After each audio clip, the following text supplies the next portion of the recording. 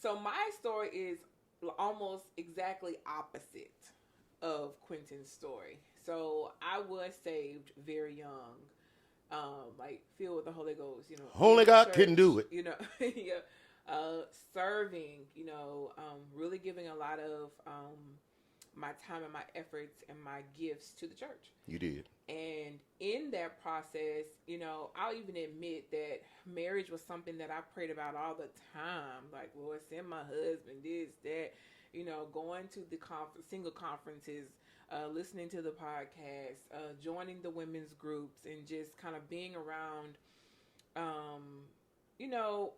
just young women who had the same, heart's desire, Yeah. to be married and to be married to the one that God had for them. And in that, I went through a lot of, just truth be told, idolatry of marriage, idolatry of relationships Mm. and motherhood, like wanting those things. And so the Lord really dealt with me in that time. And I remember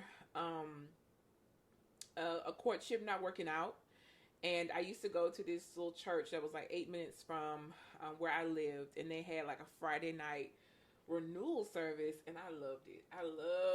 Churchy on church. Yeah, I church on love Friday. like my Friday nights was going because they would do worship for 2 hours, and then they would preach the word, and then they would do another worship for another hour after the word.